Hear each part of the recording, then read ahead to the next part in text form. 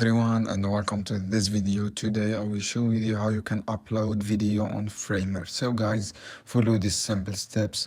First step guys, click on search button and navigate on your media section and then drag and drop the video, and you have the option to native video component on YouTube or Vimeo, and click this option guys icon, insert, and click media, and you have choose to upload video from your computer and from your YouTube and from your Vimeo.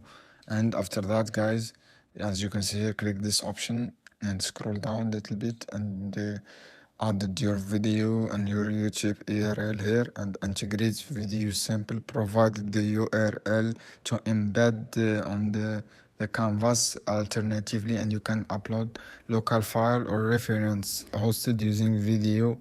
This is how you can do guys. I hope this video helpful for you. Then don't forget subscribe and like and share this video for more content, and see you another video soon guys. Keep watching.